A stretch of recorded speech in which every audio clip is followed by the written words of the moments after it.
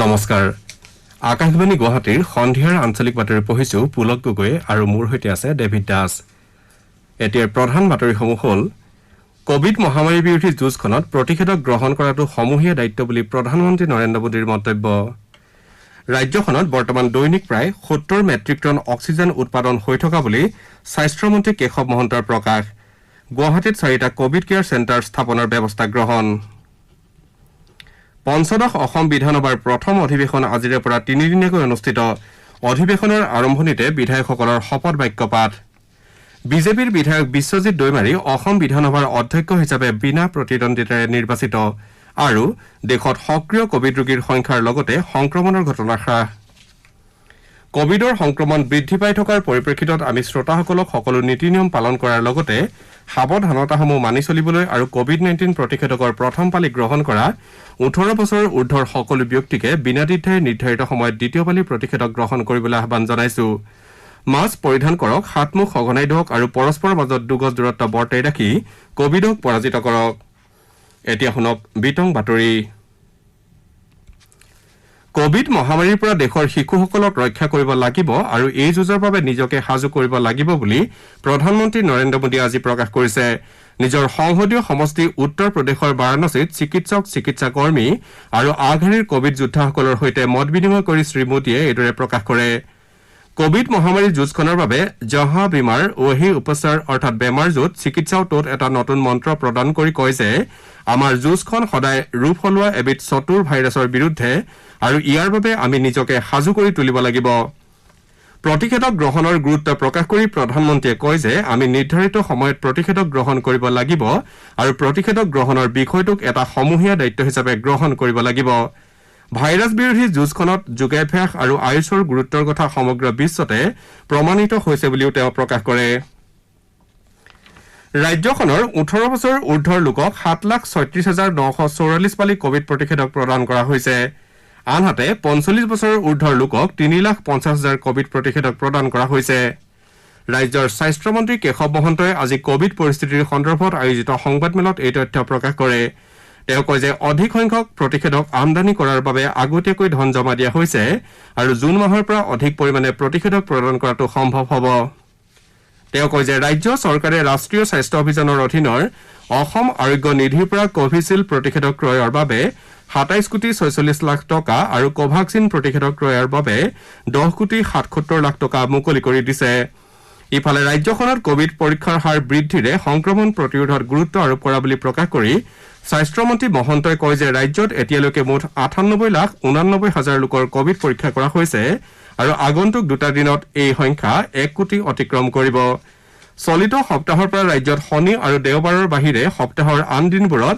দৈনিক ১ লাখ লোকৰ কোভিড পৰীক্ষণৰ ব্যৱস্থা কৰা হৈছে তাৰে অংশ হিচাপে কালি ১,০২,০৪০ গৰাকী লোকৰ আৰু পৰহি ১,০২,৬৮৪ গৰাকী লোকৰ কোভিড পৰীক্ষা কৰা হয় ৰাজ্যখনত বৰ্তমান ১৩টা অক্সিজেন প্ৰকল্প কাৰ্যক্ষম হৈ আছে বুলি তেওঁ কয় যে চিকিৎসাৰ বাবে ব্যৱহাৰযোগ্য অক্সিজেন পৰ্যাপ্ত পৰিমাণে মজুতকৰণৰ ব্যৱস্থা কৰা হৈছে তদুপৰি উত্তৰ পূৰ্বাঞ্চলৰ আন কেইবাখনো ৰাজ্যলৈ অক্সিজেন যোগান ধৰা হৈছে বুলি মন্ত্ৰীগৰাকীয়ে কয় মণিপুৰলৈ ১ মেট্ৰিক টন আৰু অৰুণাচললৈ হাফ মেট্ৰিক টন অক্সিজেন অসমৰ পৰা আমি যোগান ধৰি আছো মেঘালয়ক আমি ৫০টা অক্সিজেন চিলিণ্ডাৰ মণিপুৰক ৭৫টা অক্সিজেন চিলিণ্ডাৰ আমি যোগান ধৰিছো চুবুৰীয়া ৰাজ্য দুখনৰ মাননীয় মুখ্যমন্ত্ৰী দুইগৰাকীয়ে আমাৰ মুখ্যমন্ত্ৰীৰ লগত আলোচনা কৰি এইখিনি সাহায্য আমি তেখেতসকলক আগবঢ়াইছো তাৰ বাদেও ৰেমডিচিভিৰ ইনজেকশ্যন ৩০০ আমি মেঘালয়ক দিছো ১০০ অৰুণাচলক দিছো ২০০০টা আমি ঝাৰখণ্ডকো দিছো গতিকে এইখিনি আমাৰ ৰাজ্যত চিকিৎসা কৰাৰ উপৰিও মাননীয় মুখ্যমন্ত্ৰী ডাঙৰীয়াই আমাৰ বেলেগ বেলেগ কাষৰীয়া ৰাজ্যক আমি আগবঢ়াইছো এতিয়া ভেকচিনেশ্যনৰ যিটো ষ্টেটাছ আমি কিমান ভেকচিন কেনেধৰণে দিব পাৰিছো আমাৰ 2টা ভেকচিন এটা হৈছে আমাৰ 18 to 44 ইয়াত আমি এতিয়ালৈকে ৭,৩৬,৯৪৪টা আমি ইতিমধ্যে এই ভেকচিনটো আমি ইতিমধ্যে দিছো আৰু বাকি আমি 3,৫০,০০০ বাকিখিনি কৰিছো ইফালে ৰাজ্যত কোভিড আক্ৰান্তৰ বাবে প্ৰয়োজনীয় চিকিৎসা সেৱা সুনিশ্চিত কৰিবলৈ ৰাজ্য চৰকাৰে জৰুৰী ব্যৱস্থা গ্ৰহণ কৰিছে বুলি স্বাস্থ্যমন্ত্ৰীগৰাকীয়ে কয় যে বৰ্তমান কোভিড ৰোগীৰ বাবে ৰাজ্যৰ চৰকাৰী চিকিৎসালয় আৰু কোভিড কেয়াৰ চেণ্টাৰসমূহত 13,863খন বিছনা উপলব্ধ হৈ আছে। এই সম্পৰ্কে বিতং তথ্য দাঙি ধৰি মন্ত্ৰীগৰাকীয়ে কয় যে এই বিছনাবোৰৰ ভিতৰত 787খন ICU, 11,154খন আইচলেশ্যন আৰু 1,982খন অক্সিজেন সেৱা সংলগ্ন বিছনা। অধিক সংখ্যক কোভিড সংক্ৰমিত ব্যক্তি থকা গুৱাহাটীত কোভিড আক্ৰান্তৰ বাবে সম্প্ৰতি মুঠ 2,520খন বিছনা আছে বুলি তেওঁ কয় যে অচিৰেই অতিৰিক্ত 3,000 বিছনা উপলব্ধ কৰা হ'ব। এই প্ৰসংগত তেওঁ ডাউনটাউন বিশ্ববিদ্যালয়ত 400খন বিছনাৰ কোভিড চিকিৎসালয়খন মুকলি কৰিবলৈ আজি বিশ্ববিদ্যালয় কৰ্তৃপক্ষ আৰু ৰাষ্ট্ৰীয় স্বাস্থ্য অভিযানৰ সঞ্চালক মাজত আনুষ্ঠানিক বুজাবুজিৰ চুক্তি স্বাক্ষৰিত হোৱা বুলি প্ৰকাশ কৰে। কোভিড চিকিৎসাৰ বাবে প্ৰয়োজনীয় ঔষধ প্ৰসংগত মন্ত্ৰীগৰাকীয়ে কয় যে বৰ্তমান ৰাজ্যখনত 16,000ৰো অধিক ৰেমডেছিভিৰ বেজী মজুত আছে। তদুপৰি টচিলিজুমাব টেবলেটো কিছু মজুত আছে বুলি তেওঁ কয় যে DRDOই প্ৰস্তুত কৰি উলিওৱা কোভিডৰ নতুন ঔষধ DRDO2 দ্য অক্সিগ্লুকজ ক্ৰয়ৰ বাবে ৰাজ্য চৰকাৰে প্ৰক্ৰিয়া আৰম্ভ কৰিছে। এই সংবাদমেলত ৰাজ্যৰ স্বাস্থ্য বিভাগৰ কেইবাগৰাকীও উচ্চপদস্থ বিষয়া উপস্থিত আছিল। পঞ্চদশ অসম বিধানসভাৰ প্ৰথম অধিৱেশন আজিৰে পৰা 3 দিনীয়াকৈ অনুষ্ঠিত হৈছে। আজি প্ৰথম দিনা বিধানসভাৰ অস্থায়ী অধ্যক্ষ ফণীভূষণ চৌধুৰীয়ে নৱ নিৰ্বাচিত বিধায়কসকলক শপত বাক্য পাঠ কৰোৱায়। মুখ্যমন্ত্ৰী তথা জালুকবাৰী সমষ্টিৰ বিধায়ক ডক্টৰ হিমন্ত বিশ্ব শৰ্মাই প্ৰথমে শপত গ্ৰহণ কৰাৰ পাছত প্ৰাক্তন মুখ্যমন্ত্ৰী তথা মাজুলী সমষ্টিৰ বিধায়ক সৰ্বানন্দ সোণোৱালে শপত গ্ৰহণ কৰে। ইয়াৰ পাছতে শাসকীয় আৰু বিৰোধী দলৰ বিধায়কসকলে শপত গ্ৰহণ কৰে। বিধায়কসকলে অসমীয়া, বাংলা, বড়ো, নেপালী আৰু সংস্কৃত ভাষাত শপত বাক্য পাঠ কৰে। প্ৰথম দিনাৰ এই অধিৱেশনতে বিজেপিৰ বিধায়ক বিশ্বজিৎ দৈমাৰী বিধানসভাৰ অধ্যক্ষ হিচাপে বিনা প্ৰতিদ্বন্দ্বিতাৰে নিৰ্বাচিত হয়। অধিৱেশনত সংসদীয় পৰিক্ৰমা মন্ত্ৰী পীযুষ হাজৰিকাই ৰাজহুৱা হিচাপসমূহৰ সমিতি, প্ৰাক্কলন সমিতি, ৰাজহুৱা উদ্যোগসমূহৰ সমিতি, অনুসূচিত জাতি আৰু অনুসূচিত জনজাতি কল্যাণ সমিতি আৰু অন্যান্য পিছপৰা শ্ৰেণী আৰু অধিক অন্যান্য পিছপৰা শ্ৰেণীসমূহৰ কল্যাণ সমিতি গঠন কৰাৰ বাবে সদস্য নিৰ্বাচনৰ প্ৰস্তাৱ কৰে। আনহাতে সমবায় মন্ত্ৰী অতুল বৰাই অসম সমবায় সমিতি সংশোধিত বিধেয়ক 2021 উত্থাপন কৰে। কাইলৈ অনুষ্ঠিত হ'বলগীয়া অধিৱেশনৰ দ্বিতীয় দিনাৰ কাৰ্যসূচী ৰাজ্যপালৰ ভাষণেৰে আৰম্ভ হ'ব। ভাষণৰ পিছতে ৰাজ্যপালৰ ভাষণৰ ধন্যবাদসূচক প্ৰস্তাৱ গ্ৰহণ কৰা হ'ব।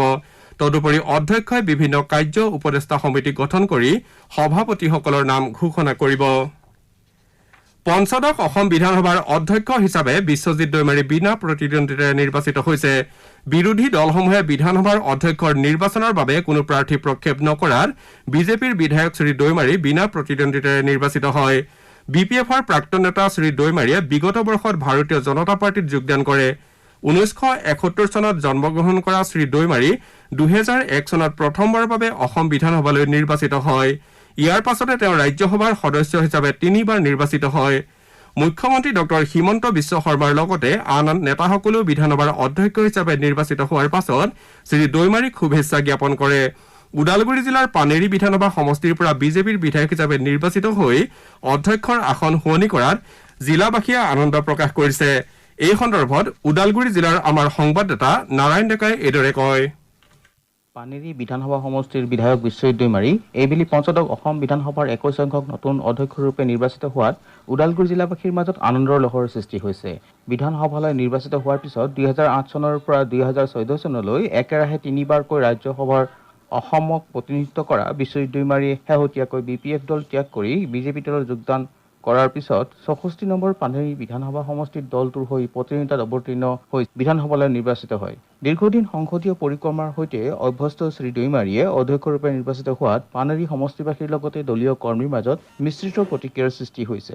বিধায়ক দৈমাৰীয়ে পানেৰী সমষ্টিটো BPFৰ পৰা উদ্ধাৰ কৰাৰ পিছতে কেবিনেট মন্ত্ৰীৰ দায়িত্ব লাভ কৰিব বুলি বহুলভাৱে চৰ্চিত হৈ থকাৰ মাজতে তেওঁক অধ্যক্ষৰূপে নিৰ্বাচিত কৰাত ৰাইজে বিধায়ক দৈমাৰীয়ে সেই দায়িত্ব সুচাৰুৰূপে পালন কৰি সমষ্টিবাসীক গৌৰৱান্বিত কৰিব বুলি আশা প্ৰকাশ কৰিছে। শ্ৰোতাসকলে সন্ধিয়াৰ আঞ্চলিক বাতৰি শুনিছে আকাশবাণী গুৱাহাটীৰ পৰা। এতিয়া পৰৱৰ্তী বাতৰি শুনক ডেভিড দাসৰ পৰা। অসম বিধানসভাৰ অধ্যক্ষ হিচাপে নিৰ্বাচিত হোৱাৰ বাবে নিখিল বড়ো ছাত্ৰ সন্থাই বিশ্বজিৎ দৈমাৰীক শুভেচ্ছা জ্ঞাপন কৰিছে। কোকৰাঝাৰ জিলাৰ বড়োচা ভৱনত আজি সাংবাদিকৰ আগত ছাত্ৰ সংগঠনটোৰ সাধাৰণ সম্পাদক খনিন বসুমতাৰীয়ে ৰাজ্যৰ বড়ো আৰু জনজাতিৰ লোকসকলৰ বাবে এয়া সন্মানৰ কথা বুলি অৱগত কৰে। ছাত্ৰ সংগঠনটোৱে শ্ৰী দৈমাৰীক অধ্যক্ষ হিচাপে মনোনীত কৰাৰ বাবে মুখ্যমন্ত্ৰী ড হিমন্ত বিশ্ব শৰ্মা নেতৃত্বাধীন নতুন চৰকাৰখনক ধন্যবাদ জ্ঞাপন কৰে। সংগঠনটোৱে লগতে বিটিআৰ চুক্তিৰ দফাসমূহৰ ৰূপায়ণ আৰু অঞ্চলটোৰ সমূহীয়া বিকাশৰ বাবে ৰাজ্যৰ নতুন চৰকাৰখনক আহ্বান জনায়।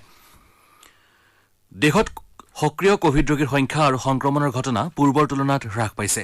যোৱা ২৪ ঘণ্টাত ৩,৫৭,০০০ৰো অধিক কোভিড ৰোগী সুস্থ হৈ উঠে। ইয়াৰ বিপৰীতে এই সময়ছোৱাত ২,৫৯,৫৯১জন লোক নতুনকৈ এই ৰোগৰ দ্বাৰা আক্ৰান্ত হয়। সেই অনুসাৰে আৰোগ্যৰ হাৰ ৮৭.২৫%লৈ বৃদ্ধি পাইছে। স্বাস্থ্য আৰু পৰিয়াল কল্যাণ মন্ত্ৰালয়ৰ তথ্য অনুসৰি দেশত সম্প্ৰতি মুঠ আক্ৰান্তৰ ১১.৬৩%, অৰ্থাৎ ৩০,২৭,০০০ৰো অধিক সক্ৰিয় কোভিড ৰোগী আছে। মন্ত্ৰালয়ে প্ৰকাশ কৰা মতে বৰ্তমানলৈকে দেশত ২,২৭,০০,০০০ৰো অধিক লোক এই ৰোগৰ পৰা সুস্থ হৈ উঠিছে। ৰাজ্যৰ বিভিন্ন জিলাত প্ৰতিদিনে কোভিড-১৯ত ভালেমান লোক আক্ৰান্ত হৈ আছে। গোলাঘাট জিলাত আজি ২০২জন লোকৰ শৰীৰত কোভিডৰ উপস্থিতি ধৰা পৰিছে। জিলাখনত বৰ্তমান ১,০৯৯জন সক্ৰিয় ৰোগী আছে। ইয়াৰে ৫৭৫জন গৃহ আছুতীয়াকৰণত থকাৰ বিপৰীতে ১৮৫জন চিকিৎসালয় আৰু ৩৩৯জন কোভিড কেয়াৰ চেণ্টাৰত আছে। জিলা তথ্য আৰু জনসংযোগ বিষয়াই জিলাখনত বৰ্তমান ৭টা কণ্টেইনমেণ্ট জোন আছে বুলি জানিবলৈ দিছে। নগাঁও জিলাত বৰ্তমান ৩,২২৪গৰাকী সক্ৰিয় ৰোগী আছে বুলি আমাৰ সংবাদদাতাই জানিবলৈ দিছে। নতুনকৈ স্থাপন কৰা লখিমপুৰ চিকিৎসা মহাবিদ্যালয় কোভিড ৰোগীৰ চিকিৎসাৰ বাবে ব্যৱস্থা গ্ৰহণ কৰা হৈছে বুলি জিলা উপায়ুক্ত এখন সংবাদমেলত প্ৰকাশ কৰে। জিলাখনত বৰ্তমান ৯৮৫জন সক্ৰিয় ৰোগী আছে। ইয়াৰ উপৰিও জিলাখনত প্ৰতিষেধক প্ৰদান অভিযান অব্যাহত আছে। এতিয়ালৈকে ৪৫ বছৰৰ ঊৰ্ধৰ ৫৪,৪৩৫গৰাকী আৰু ১৮ বছৰৰ ঊৰ্ধৰ ৮,৮২৪গৰাকী লোকক প্ৰতিষেধক প্ৰদান কৰা হৈছে বুলি আমাৰ সংবাদদাতাই জানিবলৈ দিছে। ইপিনে কামৰূপ জিলাৰ উপায়ুক্ত কৈলাশ কাৰ্তিকানে আজি কামৰূপ জিলাৰ ওপৰহালি আৰু ৰামপুৰ প্ৰাথমিক চিকিৎসালয় ভ্ৰমণ কৰি কোভিড পৰিস্থিতিৰ বুজ লয়। দৰং জিলাৰ মঙলদৈত যোৱা কেইদিনমানৰ পৰা কোভিডত আক্ৰান্ত হৈ মৃত্যু হোৱা লোকৰ সৎকাৰ কৰাৰ বিনিময়ত একাংশ লোকে মৃতকৰ পৰিয়ালৰ লোকৰ পৰা চিকিৎসালয় চৌহদত বৃহৎ পৰিমাণত ধন দাবীৰ অভিযোগক জিলা প্ৰশাসনে গুৰুত্ব সহকাৰে লৈছে। দৰং জিলাৰ উপায়ুক্ত প্ৰভাতীত হোসেনে আজি বিষয়টো সংক্ৰান্তত সহকাৰী আয়ুক্ত মণিকা বৰগোহাঁইক তদন্ত কৰি পৰৱৰ্তী ৭ দিনৰ ভিতৰত তদন্তৰ প্ৰতিবেদন দাখিল কৰিবলৈ নিৰ্দেশ দিছে। ইফালে এতিয়াৰে পৰা প্ৰতিটো মৃতদেহ সৎকাৰৰ নামত জিলা দুৰ্যোগ প্ৰশমন প্ৰাধিকৰণৰ তৰফৰ পৰা ২,০০০ টকাকৈ ব্যয় বহন কৰা বুলিও নিৰ্দেশনাযোগে জনোৱা হৈছে। শিৱসাগৰ জিলা প্ৰশাসনে কোভিড-১৯ত আক্ৰান্ত জিলাৰ ৰোগীসকলৰ চিকিৎসাৰ বাবে প্ৰয়োজনীয় ব্যৱস্থা গ্ৰহণ কৰিছে। এই অনুসৰি জিলাখনৰ বিভিন্ন চিকিৎসালয় তথা কোভিড কেয়াৰ চেণ্টাৰত ৪১২খন বিছনা সাজু কৰি ৰখা হৈছে। শিৱসাগৰ জিলাৰ কাৰাবন্দীসকলৰ চিকিৎসাৰ বাবে শিৱসাগৰ নগৰ আদৰ্শ চিকিৎসালয়ত অতিৰিক্তভাৱে ৮০খন বিছনা সাজু কৰি তোলা হৈছে বুলি জিলা উপায়ুক্তই জানিবলৈ দিছে। অসমতো আজি সন্ত্ৰাসবাদ বিৰোধী দিৱস পালন কৰা হয়। অসম সচিবালয়ৰ বিষয়া আৰু কৰ্মচাৰীসকলে আজি সচিবালয় চৌহদত সন্ত্ৰাসবাদ বিৰোধী দিন উদযাপন কৰে। এই উপলক্ষে পৰিৱৰ্তন আৰু উন্নয়ন তথা সাংস্কৃতিক পৰিক্ৰমা বিভাগৰ অতিৰিক্ত মুখ্য সচিব পৱন কুমাৰ বৰঠাকুৰৰ নেতৃত্বত সকলো বিষয়া কৰ্মচাৰীয়ে সন্ত্ৰাসবাদ বিৰোধী সংকল্প গ্ৰহণ কৰে। কোভিড-১৯ জনিত পৰিস্থিতি তথা সাৱধানতাৰ বাবে সামাজিক দূৰত্ব বজাই ৰাখি এই কাৰ্যসূচী অনুষ্ঠিত হয়। একেদৰে তথ্য আৰু জনসংযোগ বিভাগৰ সঞ্চালক অনুপম চৌধুৰীয়ে বিভাগটোৰ কাৰ্যালয়ত বিষয়া কৰ্মচাৰীসকলক সন্ত্ৰাসবাদ বিৰোধী শপত বাক্য পাঠ কৰোৱায়। ইয়াৰ উপৰিও কোকৰাঝাৰ জিলাৰ জিলা উপায়ুক্তৰ কাৰ্যালয়তো এই দিৱস পালন কৰা হয় বুলি আমাৰ সংবাদদাতাই জানিবলৈ দিয়ে। নগাঁও জিলাৰ কঠীয়াতলী নিবাসী বিশিষ্ট সাংবাদিক সোমেশ্বৰ হীৰাৰ আজি কোভিড-১৯ত আক্ৰান্ত হৈ মৃত্যু হয়। মৃত্যুৰ সময়ত তেওঁৰ বয়স আছিল ৬২ বছৰ। ইপিনে বাক্সা জিলাৰ জালাহৰ কাৰহানা গাঁৱৰ নিবাসী ভক্তপ্ৰাণা মহিলা তথা সমাজসেৱী সুমিত্ৰা তালুকদাৰৰ আজি পুৱা নিজ বাসভৱনত মৃত্যু হয়। মৃত্যুৰ সময়ত তেওঁৰ বয়স আছিল ৭০ বছৰ। যোৰহাট জিলাৰ তিতাবৰ বিৰিনাহেক চেঙেলিচুক গাঁও নিবাসী বিশিষ্ট সমাজকৰ্মী ফণীন্দ্ৰনাথ সন্দিকৈৰ আজি সন্ধিয়া নিজ বাসভৱনত বাৰ্ধক্যজনিত কাৰণত মৃত্যু হয়। মৃত্যুৰ সময়ত তেওঁৰ বয়স আছিল ৮২ বছৰ। বাতৰি শেষ কৰাৰ পূৰ্বে প্ৰধান বাতৰিকেইটা পুনৰ এবাৰ। কোভিড মহামাৰী বিৰোধী যুঁজখনত প্ৰতিষেধক গ্ৰহণ কৰাটো সমূহীয়া দায়িত্ব বুলি প্ৰধানমন্ত্ৰী নৰেন্দ্ৰ মোদীৰ প্ৰকাশ। ৰাজ্যখনত বৰ্তমান দৈনিক প্ৰায় ৭০ মেট্ৰিক টন অক্সিজেন উৎপাদন হৈ থকা বুলি স্বাস্থ্যমন্ত্ৰী কেশৱ মহন্তৰ প্ৰকাশ। গুৱাহাটীত ৪টা কোভিড কেয়াৰ চেণ্টাৰ স্থাপনৰ ব্যৱস্থা গ্ৰহণ। পঞ্চদশ অসম বিধানসভাৰ প্ৰথম অধিৱেশন আজিৰ পৰা তিনিদিনীয়াকৈ অনুষ্ঠিত অধিৱেশনৰ আৰম্ভণিতে বিধায়কসকলৰ শপত বাক্যপাঠ বিজেপিৰ বিধায়ক বিশ্বজিৎ দৈমাৰী অসম বিধানসভাৰ অধ্যক্ষ হিচাপে বিনা প্ৰতিদ্বন্দ্বিতাৰে নিৰ্বাচিত আৰু দেশত সক্ৰিয় কোভিড ৰোগীৰ সংখ্যাৰ লগতে সংক্ৰমণৰ ঘটনা হ্ৰাস সন্ধিয়াৰ আঞ্চলিক বাতৰিত আজিলৈ ইমানেই।